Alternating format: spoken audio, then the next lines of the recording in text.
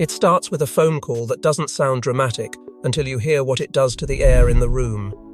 Because in this dramatized palace thriller, Princess Anne receives a private medical timeline eerily similar to the one doctors once gave King Charles. And suddenly the family's strongest soldier, its unflinching enforcer, must face the one enemy she can't outmaneuver. The palace can manage scandals. It can manage betrayals. But it cannot manage time. Before we go deeper into what this really means for the royal family, make sure to subscribe so you don't miss a single update. The first thing that changes isn't what the palace says, it's what it stops saying. Conversations shorten. Doors close more gently than usual, as if sound itself has become a risk. A private briefing like this doesn't arrive with trumpets, it arrives like a shadow sliding across the floor. And once it's there, everyone feels it. The royal mood shifts instantly, not into panic that can be photographed, but into containment that can be sensed. Staff who normally operate like clockwork suddenly operate like guardians. Fewer eyes, fewer witnesses, fewer opportunities for a careless word to grow legs and run. And then there's Anne duty first, emotionally controlled, allergic to sympathy. In this story, she doesn't react the way people expect a heartbreaking moment to look. There's no theatrical collapse, no public softness. She becomes even more precise, even more disciplined, as if tightening her grip on routine can tighten her grip on reality. That is what makes the moment chilling. Because Anne doesn't fear hard work. She doesn't fear pressure. She has lived her entire life as the family's steady blade, the one who cuts through excuses, the one who shows up when others hesitate. So when a timeline lands in her hands, it isn't just information, it's an insult to the identity she's built, the identity that says, I endure, I outlast. The phrase "the same timeline" becomes a psychological trigger, not because it's a number on a page, but because it drags memory into the room. Echoes of Charles' darkest weeks, the uncertainty, the strained faces, the careful phrasing, the way the palace learned to speak in soft language while thinking in hard consequences. In this dramatized world, it's the cruel symmetry that hits. Anne, who has spent years being the stabilizer, now becomes the variable everyone secretly starts calculating around. And the palace hates variables. It doesn't know how to love them, it only knows how to manage them. So the machine activates, diaries tighten, schedules adjust, appearances become optional. Protection disguises itself as planning, and beneath all of it is the unspoken fear that this isn't just health, it's succession anxiety wearing a compassionate mask. Because when time becomes the enemy, everyone starts looking at the future like a locked door they might not have the key to. The public sees smiling images and tidy statements, but inside the palace the questions sharpen. Who holds stability? Who carries credibility? Who becomes the face of strength if the strongest soldier is suddenly being asked quietly, politely to step back? And that's where the fracture begins to form. Thin as glass, but spreading fast. Because Anne isn't built to be managed. She is built to manage others. She is the one who tells people to get on with it. The one who refuses dramatics. The one who doesn't let emotion dictate the timetable. So when comfort is offered, it doesn't land as kindness. It lands as a warning that people have already started rearranging the world without asking her permission. And Anne, in this story, senses that instantly. She doesn't ask for reassurance. She doesn't ask for privacy. She asks the question that makes the room colder than any diagnosis ever could. Who else knows? And when the first question becomes who else knows, the story stops being about illness and turns into a hunt for the person who let the truth slip. People think grief looks like tears. But Anne doesn't do tears. She does control. She does routines. She does the kind of silence that terrifies rooms full of grown men. In this story, after receiving the same kind of timeline that once haunted Charles, Anne doesn't break, she calculates. And that's how you know it's bad. Because when a person like Anne goes quiet, it's not acceptance, it's preparation. Her coping style has always been discipline as armor and duty as distraction, and now that armor tightens until it squeaks. She moves through the days with sharper edges, not slower ones. The smile doesn't soften, the voice doesn't tremble. But something changes in the way she checks things. She starts organizing and reviewing as if order itself can hold back fate. She asks to see schedules she normally trusts. She confirms details she never confirms. She checks things she never checks. It's subtle, almost invisible. But in a palace built on routine, subtle shifts are earthquakes. And beneath that control sits the first real emotional undercurrent. Anne can't simply outwork the feeling of being genuinely cornered. Not by people, not by politics, but by a narrowing that doesn't care how strong you are. The palace, of course, misreads it. They take her calm as stability. They tell themselves if Anne is fine, everything is fine. Because Anne has always been the reassurance they don't have to speak out loud. But then she begins asking for files. Not casually, not politely, with purpose. And that's when the air changes again.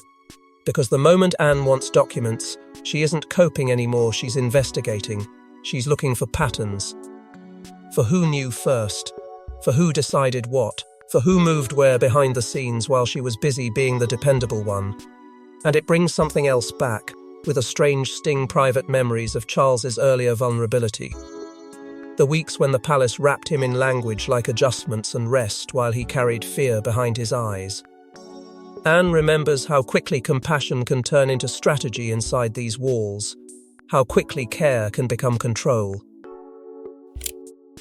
In royal life, information is never just information. It's leverage, it's protection, it's a blade. And in this dramatized scenario, the moment Anne's timeline exists, it becomes something far more dangerous than a private fear. It becomes a political instrument. Because time changes decisions, it changes priorities, it changes who people back when they think the future is narrowing. And inside the palace, narrowing futures make predators brave. Suddenly, every diary entry feels like a chess move. Every invitation feels like a signal. Every minor adjustment feels like somebody testing the shape of a new hierarchy. The palace doesn't call it fear, it calls it risk management. Because risk management sounds responsible. Fear sounds human. And the palace hates looking human. That's why who controls the narrative becomes the real battle. Advisors start quietly repositioning without admitting they're doing it. Small shifts in visibility, subtle changes in roles, whispers about protecting her, reducing strain, ensuring continuity.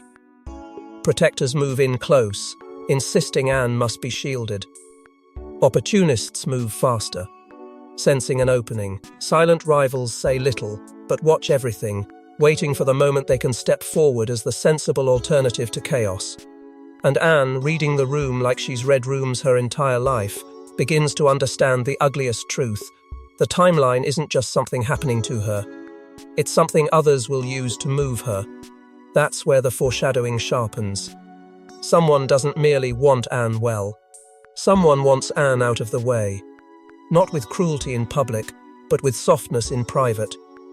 With suggestions, with sympathetic looks, with offers that sound caring and feel like cages. And then comes the moment that proves it, when a helpful aide suggests a rest period, delivered like kindness, packaged like concern, framed as the sensible next step. Anne doesn't hear comfort. She hears a trap. Because in the palace, rest can mean removal. Rest can mean silence. Rest can mean someone else taking your place while you are still alive to watch it happen. And when Anne reaches beyond the palace's normal channels, it raises the next terrifying possibility. She doesn't trust the people closest to her. Because the moment the palace suggests rest, Anne realizes the timeline isn't the only threat removal is. In this story, King Charles doesn't need a report to understand what's happening. He recognizes it in the tiniest shifts. The guarded tone, the tightened schedule, the way people stop speaking mid-sentence. And when he learns Anne has received the same kind of timeline once attached to his own darkest days, something in him breaks, not because he's weak, but because he knows exactly what it does to a family. The dread isn't new. That's what makes it unbearable. Because Charles has already lived inside that particular shadow, the weeks where every conversation felt like it had an invisible second meaning, where fine never meant fine, where the palace's calm words were a curtain pulled across private fear. So when Anne becomes the new center of quiet containment, guilt hits him like a delayed wound. Not guilt for being king, but guilt for what this family has already endured, for the stress fractures that never fully healed, for the constant pressure that turns love into duty and duty into exhaustion. And his fear isn't only for Anne, it's for what this triggers inside the institution. Because once the palace senses vulnerability, it doesn't only offer care, it offers control. It starts writing plans. It starts rearranging people like pieces, convinced it's protecting the crown when it may be protecting itself from panic. And the hardest part for Charles is that Anne isn't just another royal in the family. She is the one person whose loyalty has never been sentimental, never performative, never soft. It's real, quiet, consistent. Anne and Charles share a bond built from survival, two people raised inside the same machine, trained to absorb pressure without letting it show. Anne has been the family's steel spine, the one who doesn't ask for applause, the one who keeps moving even when everyone else hesitates. So the thought of Anne being cornered by time does something to Charles that nothing else can. It forces him to face the truth he usually avoids, that strength doesn't make you safe. It only makes people assume you don't need saving. That's why the palace's calm messaging becomes unbearable to him.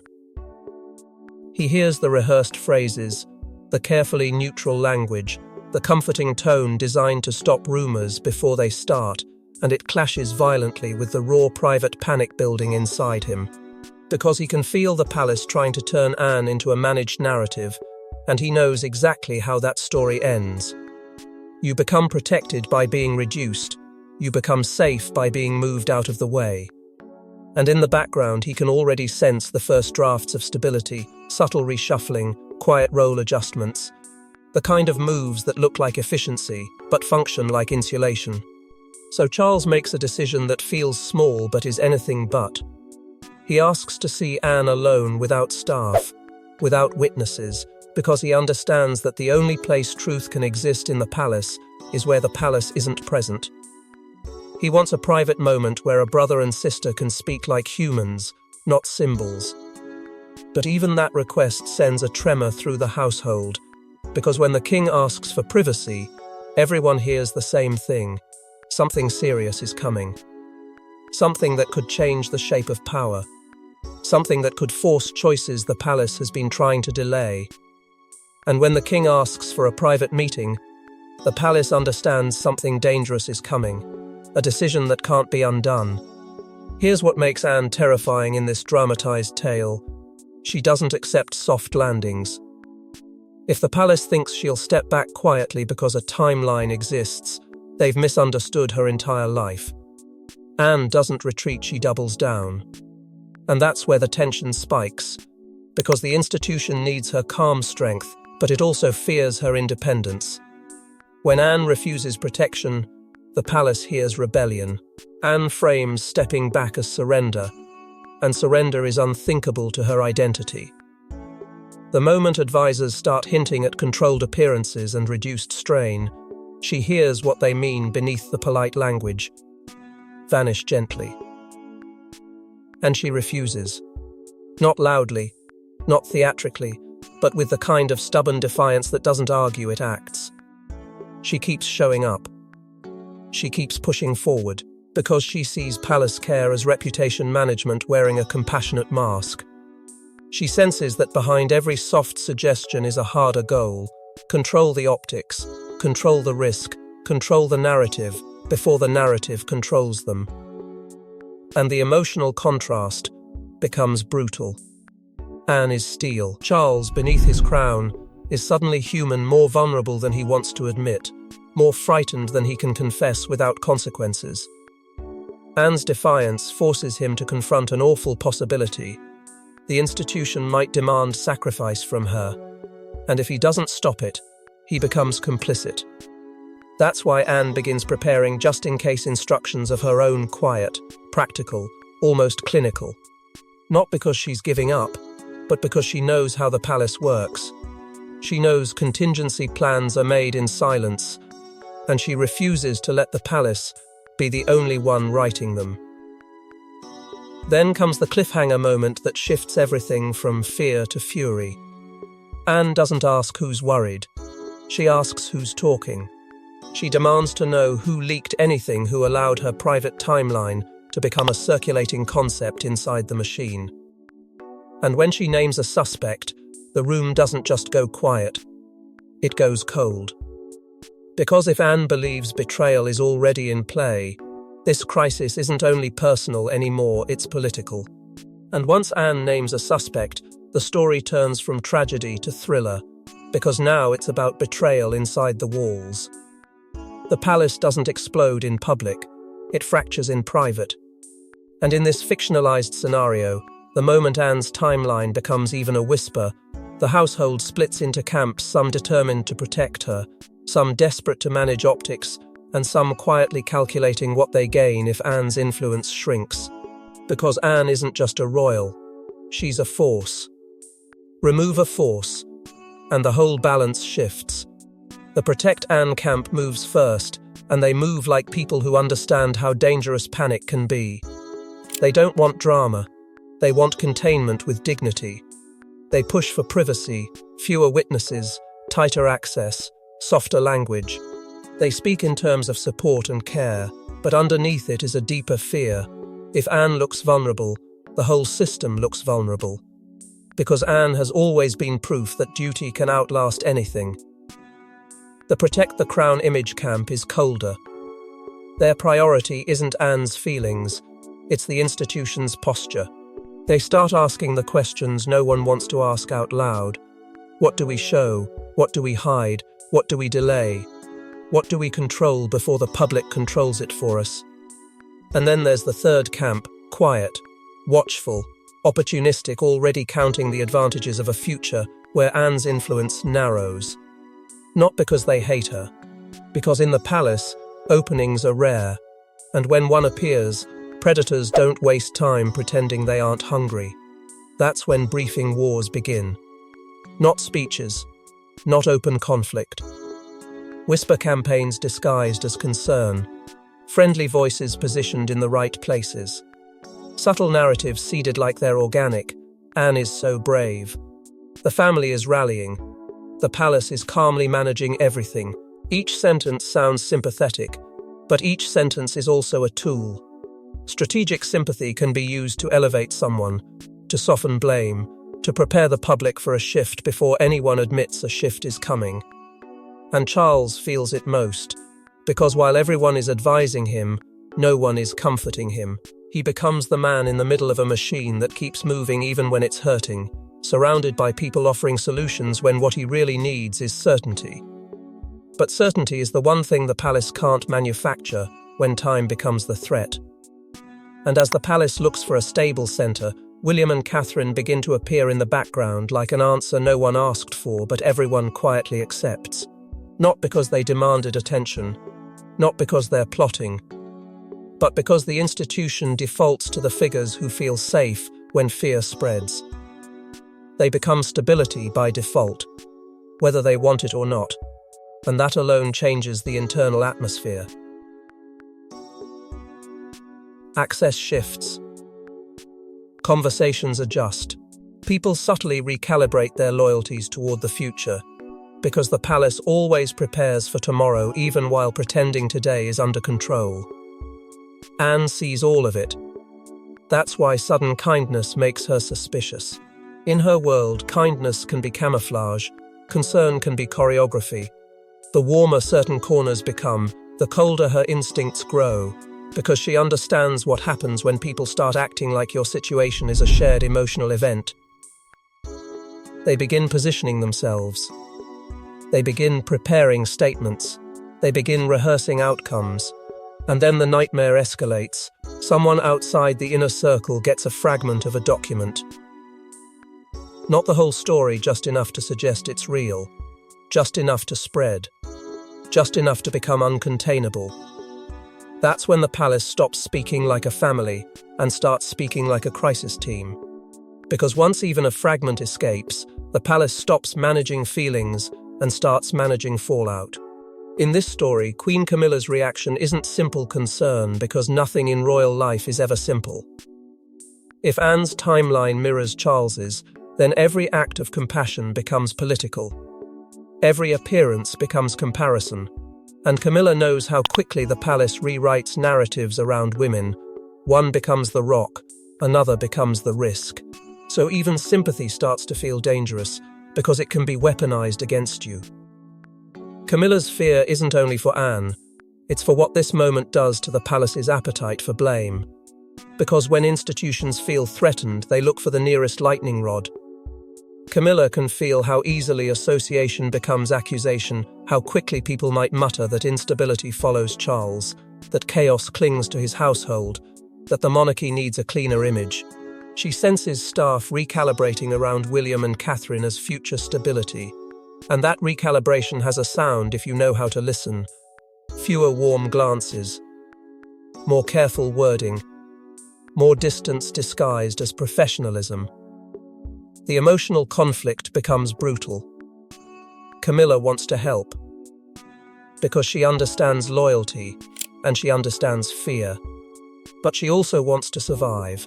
Because she knows palace history and she knows how women can be offered up to protect the crown's story.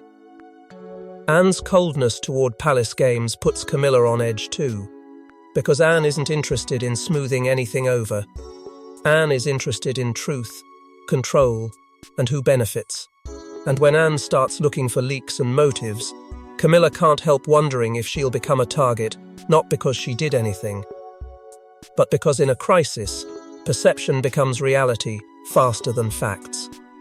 That's when the foreshadowing sharpens. Camilla overhears a conversation that changes her strategy. A few words said too quietly, a plan discussed too casually, a hint that certain people are already drafting what comes next. And then the cliffhanger lands. Camilla realizes a reshuffle is being drafted quietly. Not announced. Not admitted. Drafted. That's the most frightening stage of palace politics. Because drafts become decisions long before the public is told anything. Drafts mean someone is already moving pieces. Drafts mean the story is already being written without your consent. And when reshuffles are drafted in the dark, the next move is always the same. Someone gets pushed forward, and someone gets pushed out. The most chilling thing about timelines is how they create urgency. In this dramatized narrative, the palace begins acting like it's outrunning something, tightening calendars, controlling access, preparing contingencies. But behind the official concern lies a quieter truth, a plan within a plan. Because if Anne's role must change, the palace doesn't want a messy transition. It wants a clean narrative one that looks like duty, not panic. A clean narrative is the palace's oldest weapon, and it works the same way every time. Soften, stage, normalize, reassign. First, you soften the public's expectations with gentle language, nothing alarming, nothing dramatic, only adjustments. Then you stage the shift inside ordinary events, so it looks like a natural evolution, not a reaction to fear. You normalize the new pattern by repeating it until it stops looking like a pattern. And finally, you reassign roles so that what was once unthinkable becomes routine. In the palace, the real trick isn't hiding change. It's making change feel like it was always going to happen. That's why timing suddenly matters. Major appearances become cover. Big royal moments become camouflage. Visibility is moved like a spotlight, not switched off but redirected, so no one can point to one day and say, that's when everything changed. And if Anne's influence must be reduced, it won't be done with a blunt announcement. It will be done through a sequence, one less appearance here, one softer role there, one optional engagement quietly handed to someone else. The palace will call it sensible, people will call it compassionate. But inside, everyone will know it's strategy. Anne notices the pattern almost immediately, because she's spent her whole life reading patterns. She doesn't resist with speeches. She resists with presence, with stubborn continuity, with subtle defiance that refuses to cooperate with the script being written around her. She keeps showing up where she's expected to fade. She refuses to be the person they're trying to transition away from. And every time she does, the palace feels the same spike of anxiety. The plan only works if the subject plays along. Meanwhile, Charles is forced into an unbearable position of proving actions that feel like betrayal, while being told they're necessary for stability. He is asked to sign off on decisions that sound respectful, but function like containment.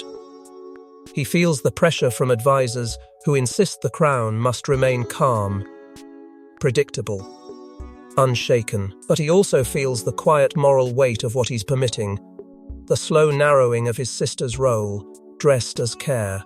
And because the palace cannot allow mess, it prepares for the worst. A private message is drafted if things go wrong, not a public statement, yet just a contingency.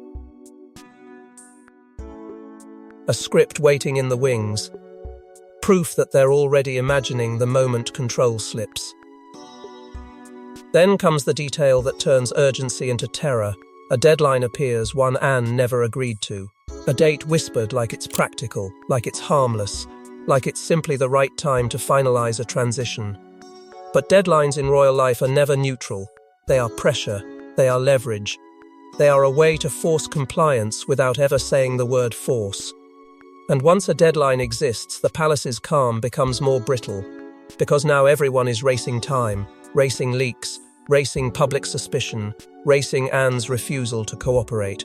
And once a deadline exists, the final question becomes terrifying. Will Anne comply, or will she expose the entire machine? If this story proves anything, it's that the monarchy doesn't fear gossip the way it fears evidence. Because evidence changes power. And in this fictional palace thriller, Anne's timeline becomes the spark that reveals something deeper. The crown is mid-transformation, and the people inside it are choosing what the future looks like right now. The heartbreak isn't only the clock, it's what the clock makes everyone willing to do. Because under pressure, hierarchy doesn't stay still, it reshapes. Quietly, methodically, with smiles on the surface and calculations underneath. Anne's strength becomes the reason others try to control her. Because strong people don't collapse neatly, and the palace needs neatness. Catherine and William's role as the safe centre grows not necessarily because it's fair, but because stability always attracts power. Charles's private pain becomes institutional strategy, his grief turned into planning, his fear turned into policy. And somewhere beneath it all, you can feel the presence of other files, other sealed documents, other contingency letters that haven't surfaced yet, evidence waiting in the dark, capable of shifting the entire board again. The final cliffhanger isn't just whether Anne's timeline changes her life. It's whether the palace is already preparing other timelines too, other transitions, other reassignments, other futures drafted before the present is even finished. Because if one timeline can move the palace, what other timelines are already being prepared? Because in the House of Windsor, the most frightening thing isn't what the public learns, it's what the palace already knows.